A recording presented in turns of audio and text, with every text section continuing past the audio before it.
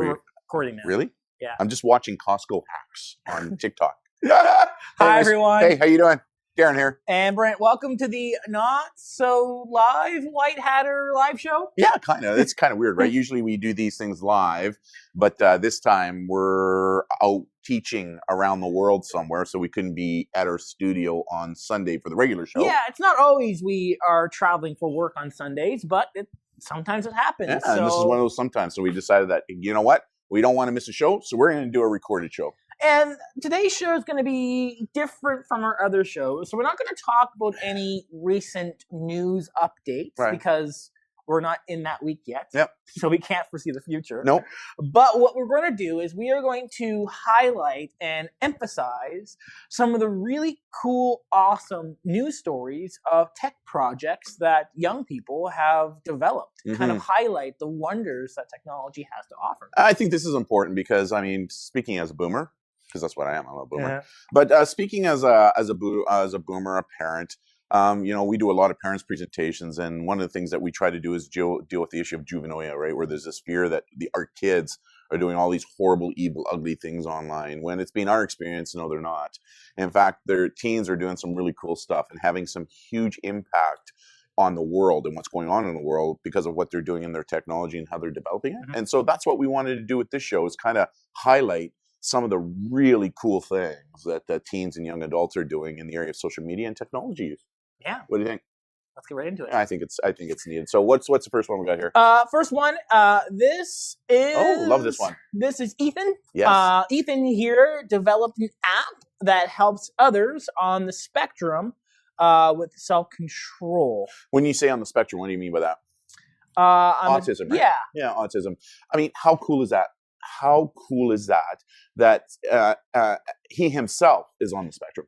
And so he actually developed an app to help others his age kind of interact with other young people online, right? And to give them a way to outreach and to connect with others, which I think is really, really cool. Of course. I think that's fantastic. I think it's really cool. Here is... Oh, this one's awesome. This one, 411 Canadian girls. Woo, Canada. 11. They're 11. Wow. Who developed an app to help teens deal with anxiety. And this picture here is from, they tied third in a world championship of over 150 teens. Go figure, right? They are 11 years old. There's 10. Hold on. Put your finger up there.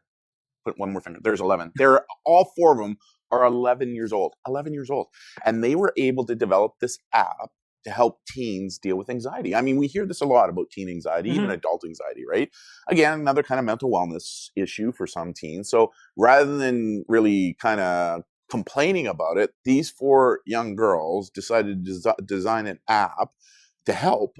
But even better, they entered a world competition where they were competing against other teens from around the world. Over 150 teens entered, and they placed third in that competition. Fantastic. Do you think that they might have a future in technology when they get a little bit older? Oh, when they graduate high school, do they have a job waiting for them? 11 years old. Most certainly. 11 years old, what was I doing? I can't remember. I'm so old, right? It's just unbelievable that those four girls could do that and place third. So congratulations. In fact, I think the four of them were from Alberta, if I'm not mistaken. So yeah, good job. Good job. Fantastic. What's the next one we got? This one here. This one's kind of cool, actually.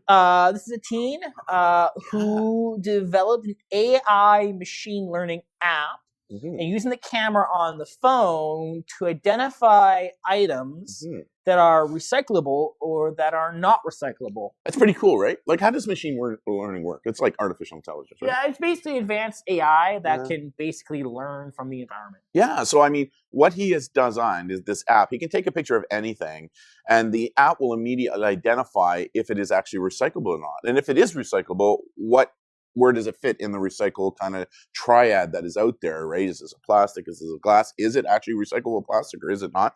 I mean, pretty cool. Again, a team. I don't know, a team developed this app.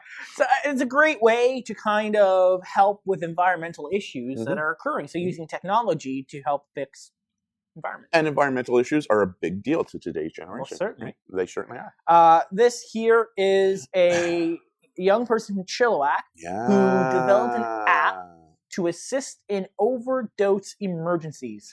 Yeah, you know what? Given the opioid crisis right across Canada and the United States right now, where young people, even adults, are overdosing and losing their lives as a result of this, this young man, unbelievable, developed this app to help other teens deal with the opioid crisis or drugs overdose, so that if one of their friends go down as a result of an overdose, they know what to do, how to keep them alive until such time as the police, fire, their ambulance, or first responders can get there to help. I mean, just simply, what a great idea, right? It's an app that the kids can carry, because the reality is, much like any generation, there are going to be teens and young adults who experiment for whatever reason, right? Be it drugs or alcohol. And because of the opioid crisis, and we can preach the message of abstinence all we want, right? But given the opioid crisis right now and the overdoses that we're seeing, this young man decided, you know what, I want to do something about it. I want to try and help save a life. And he developed this app to do how to do that. So basically, a life-saving app. It is. That's what it is. And again, created by a team. Created by a team. How cool is that? Mom and dad, parents watching, have you guys done that? Have you guys done anything like that? And next one.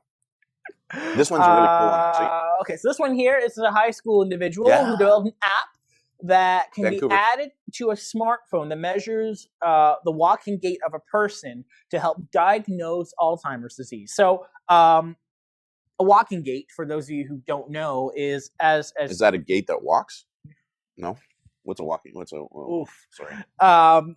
So every person has a particular way they walk, how your arms work, how you stand, how fast you go, and that's called your gait. Huh? Your gait is how you walk and stand. Just on a side note on that, the Victoria Police Department, where I worked with, they actually used videotape of a suspect that they couldn't see their face, but he had a very distinctive gait in his walking ability. And believe it or not, there's an expert in England who's a PhD and an expert on walking gait. So they were able to bring him here to Canada to give testimony in court. And based upon the gait in the video and video they got of the suspect that the cops got, that expert was able to say that gait and that gait are identical. It's like a fingerprint. That's the guy. Kind of cool, eh? But this one specifically helps medical doctors to diagnose Alzheimer's disease. So I guess the idea here is basically if your gait changes, that could be an indication of a medical concern? That's right, yeah. It's one of the multifactorial issues that the medical community can look at. And this guy, 18, high school. And he developed this app to go on a phone. And the medical community they stood up and gave him a huge applause over it. I mean, 18. Do you think this kid has got a future ahead of him in maybe software development or coding and stuff? Oh, yeah. Hey, Mom and Dad, have you designed something like that? Oh, I don't think so. Calling everyone out on this one. Next one. Here is a 16-year-old who again developed a wonderful app to help other teens deal with anxiety and depression. And is that Tim Cook? It might be. Yeah, that looks like Tim Cook in this picture. It is. That's wow. Develop this app, do amazing things, and meet the CEO of Apple. Yeah, I mean, how cool is that? Mental wellness is a big deal, not just for our kids, but also, or not just for the adults, but for the kids as well. And, one of the things we're always preaching, what we hear from kids is that when they need help, they would like to be able to have something at their fingertips in order to find that help. And here's a really good example where this teen, another teen, Mom and Dad, have you designed an app like this? But here's another example of a teen who developed an app that teens can put onto their phone so that if they need to talk to somebody or figure out what's going on, this app gives them that ability to connect, right? Kind of cool. Kind of cool. Here is a story of a 14-year-old from Mumbai this one's kind of cool. Who developed an app that uses a phone camera to read sign language and turn it into text-based messages so those who can't sign can understand what's being said. No. So I think that's awesome. You mean, so if I was to sign you something, I can't sign, but don't interpret that. Don't just pretend I'm signing right now, right? I love you. How's that? Is that actually I don't think so, but I saw the music video. I love you. Anyways, so this app, if I'm engaging with somebody who only knows sign language, that's how they communicate is via sign. This app can take my hand gestures, by recording it, and put it into text-based so I can understand what's going on. Yeah. Pretty cool. 14. This should be on every first responder's phone.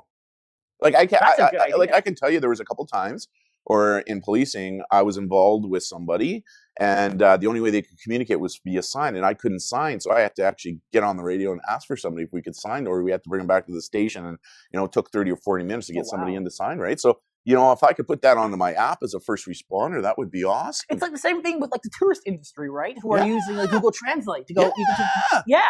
Pretty cool, right? Yeah. Pretty cool. How old? 14. Oh my God. Mom and Dad, boomers. Have you designed something like that? What else we got going on? Oh, okay. We got this is a BC teen here in BC who developed an app to basically kind of preserve and document their language. I mean, so cool, right? First Nations, a young woman here in British Columbia High School, she wanted to share her first language with the rest of the world. So what did she do? She developed an app to do that. Now, hold on a second here. It's my understanding that a lot of boomers think that kids just sit at home, play video games, do stuff like that. Some do. But what about her, right? Oh, this person. Hey, Mom and Dad, boomer, have you developed an app like that? What else we got going? How about this one? This one. When I read this one, one's not an app. This one is it's a very much hardware based. It's like a technology, right? This kind of probably really impresses you, right? So here is a story of a 14-year-old who basically, using projection technology, was able to put a camera on a car, project onto the frame of the car inside so you can see past the frame. This is unbelievable. 14 years old, U.S. She entered a competition, and what she did, she developed a small micro projector that goes to the inside of the car, and then she put small cameras on the outside of the car. And what her system does is it projects, in your car, you got your windshield, and then on either side of the windshield, you got what's called an A-frame, right? Yeah. And that A-frame is like the blind spot. So what this technology does is it projects what is seen on the other side of the A-frame that you can't see to the inside. So it's like you're in a fully clear bubble around you. So you can see 360 degrees. 14. And she won a $20,000 scholarship for that. 14. Hey, Mom and Dad, when's the last time you developed something that you got a $20,000 scholarship? Okay, boomer. Right? Unbelievable. Unbelievable. Right? Our kids are doing much, much more than just playing games and just consuming technology, right? They're being creators. They're being producers. And here's a really good example of that. Mm-hmm. What else we got going? Wait, tell me there's more? Oh, there's more. There's more? Here's a 16-year-old who developed an app that helps individuals and organizations collaborate for social change. This is a Boston-based individual. Yeah. Again, 16, making an app to basically help change the world. Yeah, one of the things that she noticed in her city was there were all these social outreach, not-for-profit organizations, and they talked to one another, but they really didn't talk to one another, and so she decided that what she wanted to do was build an app where all these agencies could come together in one place to communicate with one another, so that they're working together on issues rather than doubling and tripling up when really that's not needed, right? So she decided, well, let's develop an app that helps all these agencies communicate with one another so that we can focus as one on issues that are important to us as a community. That's pretty cool. Pretty cool. Here is a Canadian-based team developed a voting app. Yeah. Even though they can't vote themselves. They made an app to vote. He wasn't even old enough to vote, right? Yeah. But he saw so much disinformation, fake news, out there that he decided to design an app where he could update anybody who wanted to know the platforms of all in our last federal election of where these political groups stood and stuff, right? And he wanted to play a role in the election. He didn't know how to, so he developed this app. I mean, how cool is that? He couldn't even vote, right? Yeah. Mom and Dad, politicians, did you do something like that? I don't think so. What else we got? Oh, this one's one of my favorites. This one's one of my favorites, actually. This is a U.S. high school robotics team. This one makes me feel good. Designed and built this fully robotic wheelchair to help this family who had no money to basically buy a wheelchair. So they made one. This is so cool. That family right there with the young boy in the chair there, they came from more of a lower socioeconomic background, so they didn't have a lot of money, and their child had a chair, but it was old and rickety. So this group of high school students right there, they're a robotics team at their high school. That group of students put their heads together and they designed and built this fully robotic chair. I mean, to me, it reminded me of the X-Men, the Xavier wheelchair that Xavier uses in the movie. Pretty cool chair. Like unbelievable. I guess the way he moves the chair is based upon gaming platform sticks and stuff, Right. and it's unbelievable, right? Just unbelievable. I can only imagine how fast that sucker must go too, right? I mean, they probably built it so that kid can have some fun with it. But again, a really good example where a group of teens have got together under the mentorship of the adults, the teachers that are in that picture, to build, design, incorporate, and give a young person something to help them get around, right? Because of their mobility. Mm-hmm. I mean, how cool is that? Hey, parents, adults, when's the last time you built a robotics chair? Just saying. Moving on. Here's a 2019 BC robotics competition. Yeah, check that out, man. That's like in a gym. You know, when we think of athletics and sporting events and stuff, you think basketball, football. Well, here's a really good example of last year in British Columbia where they had a robotics competition, right? Well, schools were competing against other schools, and they took over an entire gym. I mean, it's just spectacular. I don't know if you've ever seen these robot competitions on I have TV. not on TV, yes, but not personally. Like the semi-professional ones that you see on TV where they build these robots, and I mean, there's big money to be made. You know, it's teaching kids about robotics, teaching them how to code. And this is just a really good example how now, you know, at a provincial level, we got these competitions. I guarantee you're going to see a national competition going on with this, where the winner, the BC winner, you know, and if they already don't have one, they may, I don't know. Probably. Right. But I mean, I think you're going to see this where all of a sudden, whoever the winner of the BC team is, you're going to go on and you're going to compete against other teams across our country. Right. And that may even lead to an international competition, then into a world competition. Like who you built a robot for competition. Just saying. Here is a teen who... Say, another one? I know, right? There's a lot. Really? Here's a teen who created... But I thought our kids do nothing than play video games and waste their time online. Well, here's some good examples. Wow. They don't just do that. No. Here is a teen created an app to organize family caregivers after their grandmother called Alzheimer's. Yeah, you know what? Their grandmother got Alzheimer's disease. You know, the family kicked in to look after her, and as a result of that, this young man, because everybody had a role to play, and so he was noticing that it was really hard for people to know, okay, who did what, when did they do it? Did they take grandma out to get her medication today? Like everybody was all over the place. So he came up with his great idea. It kind of reminds me of you. He's kind of systems oriented and stuff. I like systems. I know you do. So that's what you kind of look the same too, right? Same kind of thin hair, kind of thing. Anyways, he developed this app that he was able to give all the family, so it communicates with one another at all times, that basically set out what each person was going to do, when they were going to do it, if the task was done or not done. It brought stability for one goal, which was to help grandma. How cool is that? Hey, mom and dad, when's the last time you built an app to help somebody with Alzheimer's disease? Just saying. Here is another one? A Vancouver grade 12 student who won a $10,000 scholarship for designing an app that helps other young women to get involved in the tech industry. Okay, hold on a second here. But Brandon, don't teens just play video games and waste time online and stuff? You tell me. Look at all these things we're seeing. A high school student, grade 12, designed this app to help young women get involved in the tech industry, won a $10,000 scholarship. Unbelievable. Hey, mom and dad, when's the last time you developed an app that earned you a $10,000 scholarship? Just saying. Here is a 17-year-old who created a buddy system app to keep women safe on college campuses. Wow. You know what was interesting? Another good example, she wasn't even in college yet.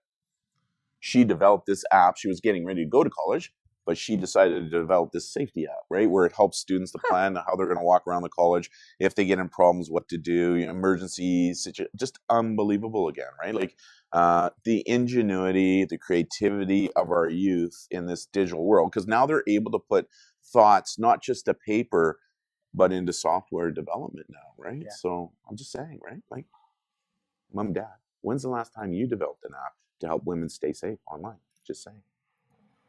Here is a teen who developed an app to help their brother with disabilities make friends. Yeah, this is another really good example of family looking after family to develop an app, but had wider reach.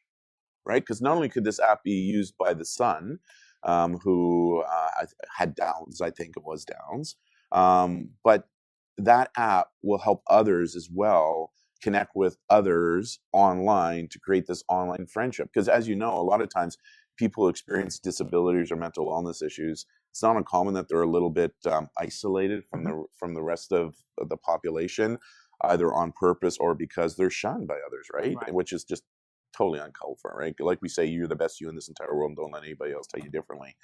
But what this app allowed his brother to do was to connect with others online, to create this online family, right? And that's another thing that I think too many adults forget. And too many adults are teaching kids strangers are bad, strangers are bad, strangers are bad, strangers are bad. Well, I don't know about you, but a lot of strangers I meet online, a lot of strangers you meet online, pretty nice people. Yep. I talk to kids all the time, middle schools and high schools, ask them, they, especially in gaming, and most of them are pretty nice people. Yeah, there's a small percentage that aren't. We need to talk about them. But, our opinion, you need to get away from teaching stranger danger. Stranger danger doesn't work. And the reality is that a true online predator understands that if I remove the stranger stigma, then I'm a safe person. So we teach what's called situational danger. We teach about luring and the danger issues, because now if the child understands the lure or the groom, then it doesn't matter if somebody the child knows or doesn't know, they know it's wrong and therefore is more likely to react accordingly. So something like this, where a young man can reach out to other young people online to create that group of friendship to socialize, is pretty darn cool, right? And we hear that from that community all the time. Mom and Dad, when's the last time you developed an app to help your son or daughter encourage them online to create community and friendship? Just saying. Here is another one. Saskatoon teen who our kids are doing a mental health app for victims of bullying. Wow, I'm kind of seeing a theme in some of these, right? Where kids are recognizing emotional, psychological, physical, and social kind of harm taking place. And as a result of that, they're looking for ways to help their generation and others help cope with some of those issues. And here's another good example, right, of a teen who recognized challenges, and she decided, well, I'm going to do something about it. So she created this app. Yeah. How cool is that? Fantastic. Mom and Dad, when's the last time you designed an app to help other young people deal with issues stemming from bullying or mental health challenges? Just saying. Next story, we got this is our last one for the show. This here is a 15-year-old entrepreneur who basically developed a cane that uses sensors to help those who are visually impaired navigate. How cool is that? High school student identified a need for those with visual impairment with canes. She designed a cane. That was her beta model, right? That was the first model that she built to enter into a science competition. And this cane allowed those who were visually impaired to move around. I mean, how cool is that? I think she got the idea from bats, right? Because when bats fly around, they send out the sonar so that they don't bang into the. That's it. That's what it's called. And I mean, so she kind of got that idea, saying, well, if I could design a cane that kind of does that, well, then it should help those who are visually impaired to kind of navigate a little bit safer. So she did that. I mean, how cool is that? And I think just recently, I think it was the end of last year, a company has now actually built a good prototype now based upon what she did. Unbelievable, right? Unbelievable. That was quite a few. And we had a lot more that we could have put in there, right? I'm sure we probably could have scoured the internet a lot more for a lot more examples. I mean, this is only a small sample of some of the great, amazing things. And these are only the ones that actually make the news. Yeah. Like, there's a whole bunch of other projects that we see at schools that don't even make the news. And I think this is the biggest thing I want to share with the parents who are watching right now, is that there's no doubt it's been our experience over the past couple of years now that kids have moved from being just consumers, where they're just consuming social media all the time, to being these creators, these producers, these change makers by using social media and technology to do it. Yeah, some of them still consume. It's okay to bubble them, right? There's nothing wrong with playing games every so often, doing stuff like that. In moderation. That's the key. It's all about balance and moderation, right? But I think it's I think it's really important for the adults, the boomers, to know that, you know, a lot of our kids are doing some really super uber cool things online. They really are. And we older adults need to start acknowledging that fact. And I hope that by us highlighting some of the things that we've been seeing teens doing using technology and social media, help some of the parents out there to understand that it's not all bad. It's not all bad. In fact, it's mostly good, and we older adults need to start acknowledging that fact. Right? As the white hatters, sometimes we see the worst of what can happen. We do. But confidently, we see a lot more good things. Yeah, the bad stuff, small. The good stuff, huge, right? And we love ringing the bell and acknowledging all the good stuff that kids are doing, teens are doing, young adults are doing online. So, great little show. I like this little show. Yeah, I think we should do this. We should do this in 2021. I think we should. I think we should keep better documents of all these awesome things this year, and then a year from now, do this again. What do you think about maybe doing one where we also highlight some of the really dumb things that are going on? Can I share one really quickly? Sure. A good example, just on TikTok, it made all the news, where a teen in a Wendy's restaurant with 3 other employees decided to climb into the dishwasher basin in the kitchen where they spray off dishes before they go into the dishwasher. He decided to climb in naked and take a bubble bath in there while his friends that are still in uniform serving people are tossing him stuff. And guess what? Lost his job. We're kind of participating with them in this event. And his name went public. Now if you Google his name, guess what pops up? Oh boy.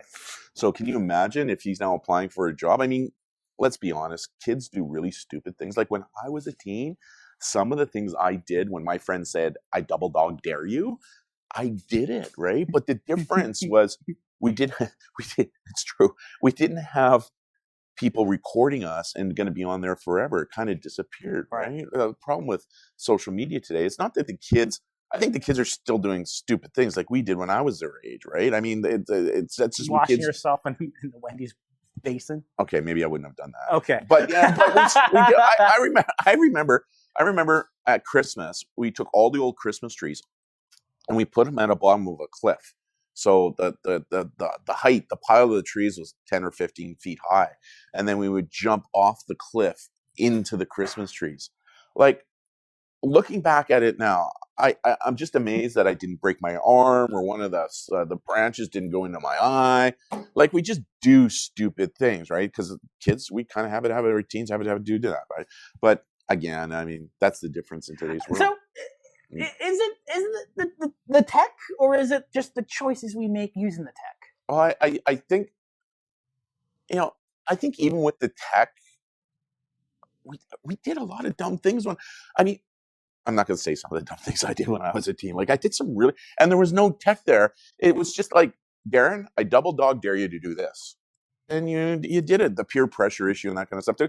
Could tech be adding some things to it? Yeah, okay, I get that. There may be some push, but the bigger issue with tech is that now it's captured online and potentially going to be there forever. Right. So I think it is important that we're highlighting all the cool stuff, because there is a lot of cool stuff. Oh, yeah. But I do think maybe we need to do a show where we kind of go, listen, really? Like, really?